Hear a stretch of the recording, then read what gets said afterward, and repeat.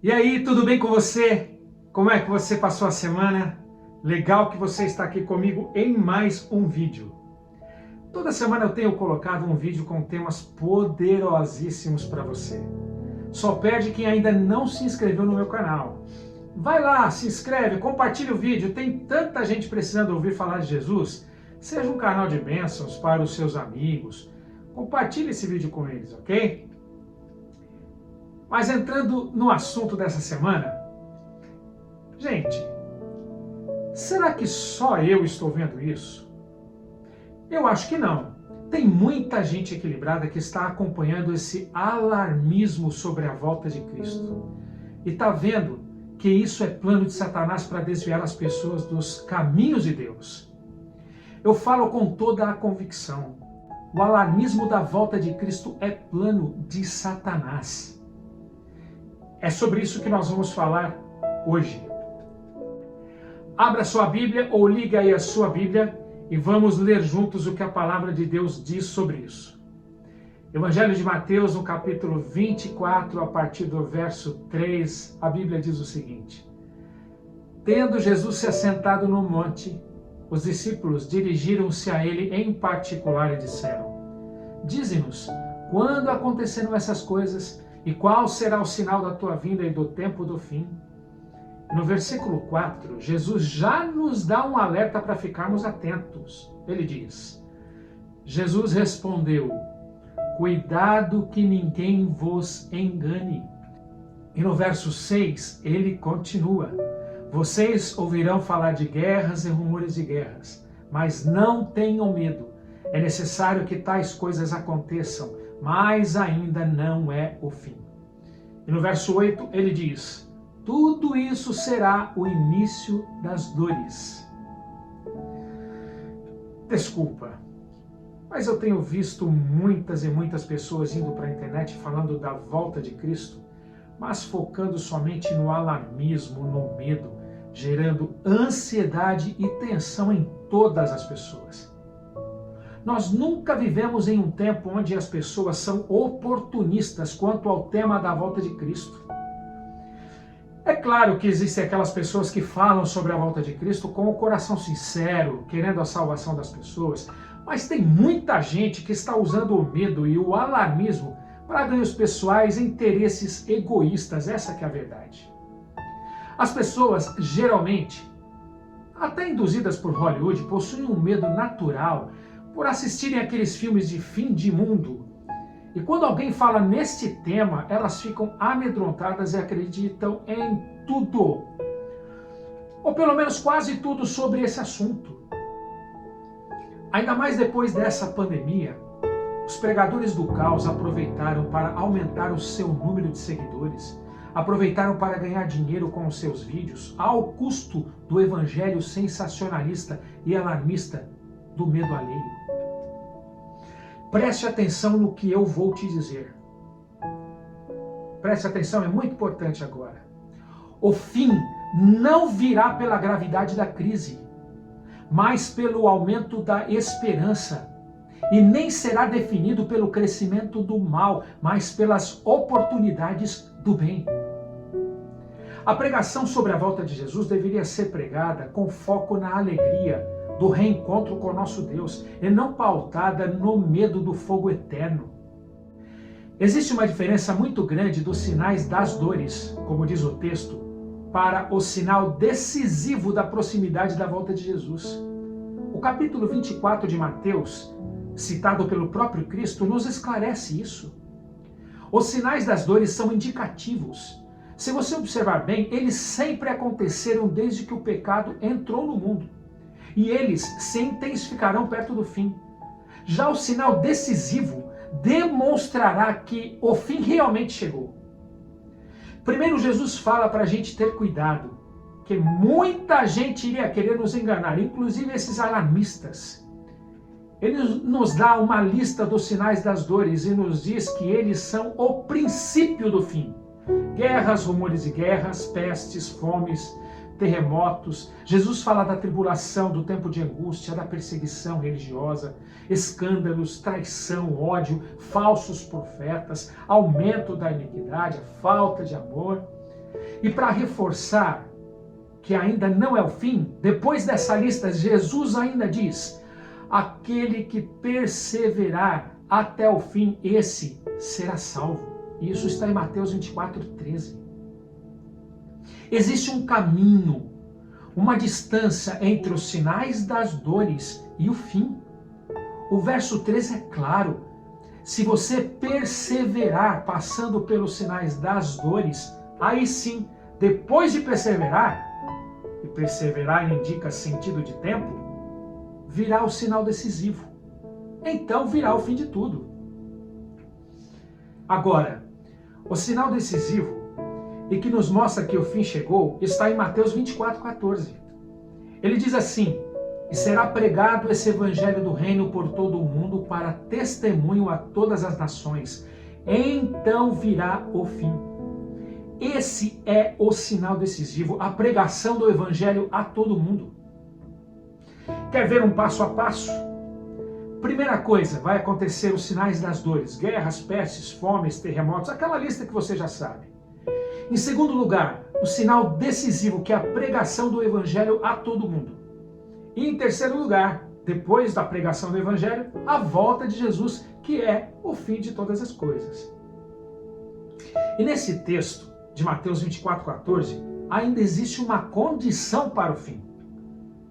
Ele diz assim: o evangelho eterno será pregado a todo o mundo, então, esse então é condicional, então virá o fim. Enquanto o evangelho não for pregado a todo mundo, o fim não vai acontecer. No texto existe uma condição para isso. Quem ama a volta de Cristo não espalha uma mensagem de condenação e medo, mas um convite de esperança e salvação. Nós precisamos estar atentos para os sinais das dores, mas sem que isso se torne mais importante do que a pregação do evangelho. O mais importante é o preparo e não a notícia. Existe gente que fala de conspiração, da despopulação, de uma ordem mundial completamente nova, de um único homem no poder. Cada um destes falam os mais variados devaneios e sem provas. Você percebeu que cada alarmista tem uma teoria diferente do outro? Já a Bíblia não, ela é concisa. Agora, existe sim uma conspiração bíblica, e se você for lá em Apocalipse 12:13, você vai entender que antes da volta de Cristo, essa conspiração satânica vai acontecer. E ela já está preparando o terreno para isso. É importante você conhecer as profecias, mas não simplesmente para saber o que vai acontecer, mas para você fazer uma mudança na sua vida e se preparar para se encontrar com Jesus. Provérbios 29:18 diz assim: não havendo profecia, o povo se corrompe, mas quem guarda a lei, esse é bem-aventurado. Que vai acontecer muita coisa ruim? A gente sabe que vai. Mas escuta, você não vai estar entre os salvos? Você não é povo de Deus? Você não faz parte do remanescente? Então por que valorizar mais o medo do que a esperança de reencontrar Jesus? Onde você está depositando a sua confiança?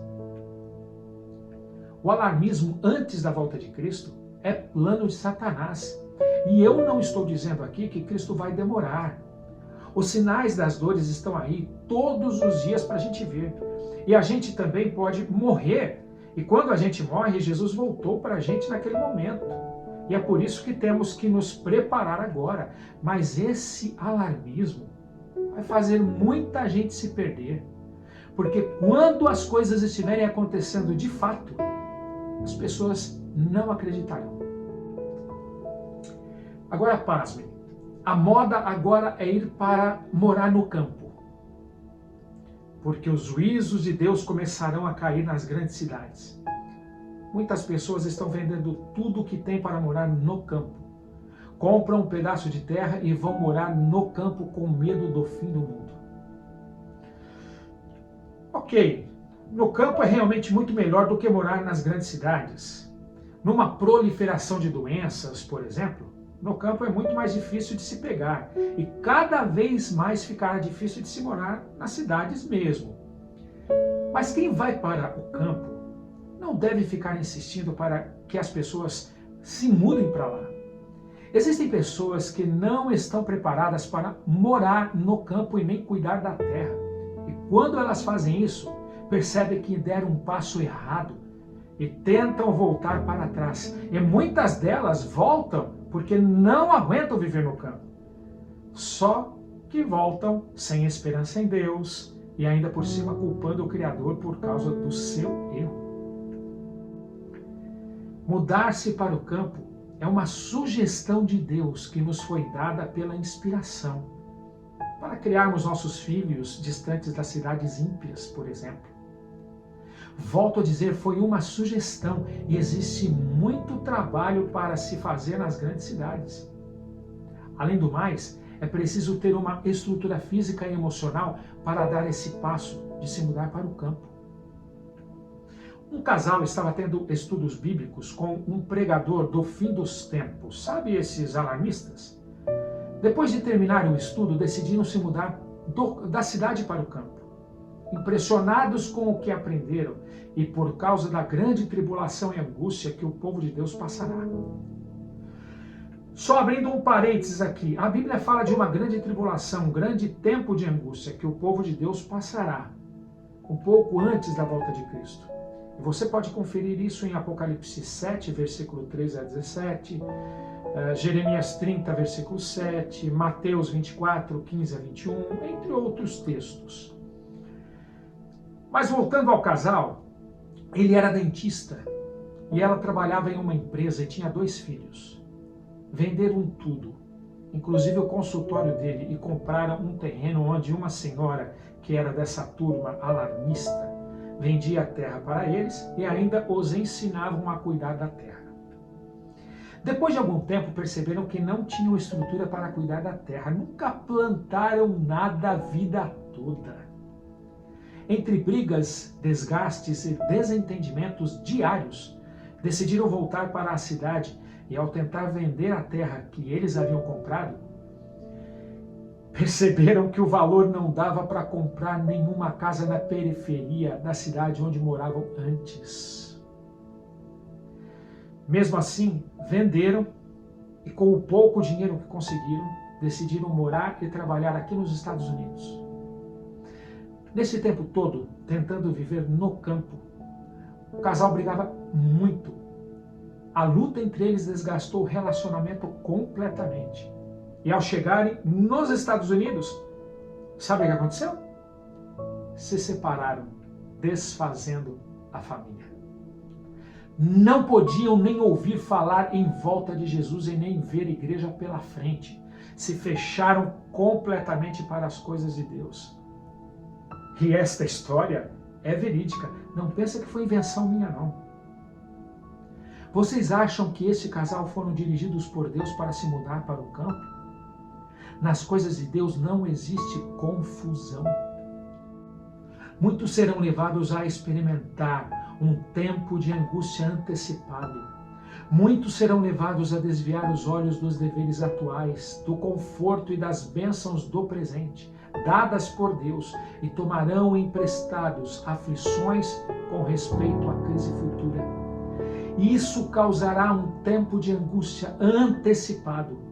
Estes não receberão graça vindas da parte de Deus para superar tais aflições antecipadas. Forte, não é? E não adianta convencer esses alarmistas porque eles não mudam. Além de ter prazer em falar das conspirações, eles não têm outro assunto. Muitos deles nem das profecias falam mais, só falam das conspirações. Cuidado. Não deixe o medo superar a esperança de reencontrar Jesus. E é isso que é lindo na volta de Cristo, o reencontro de Cristo com o seu povo. Se o medo bater a porta do seu coração, lembre-se do que eu vou te dizer agora. Agora me está reservada a coroa da justiça, que o Senhor, justo juiz, me concederá naquele dia. E não somente a mim, mas certamente a todos os que amarem a sua vida. Que o amor e a esperança da volta de Jesus seja muito maior do que o medo em seu coração. Maranata.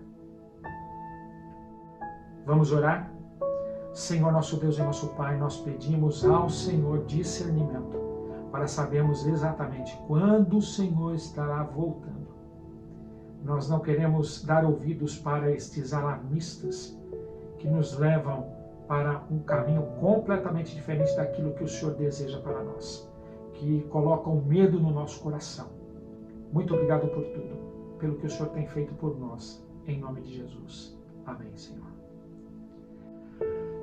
Que bom que você ficou comigo aqui até agora no vídeo. Eu sei que é um assunto muito complicado, muita gente falando de volta de Jesus, muita gente alarmando sobre a volta de Jesus, mas tenha discernimento, tenha equilíbrio nas decisões que você tomar, nas coisas que você fizer com relação a esse tema, tá bom?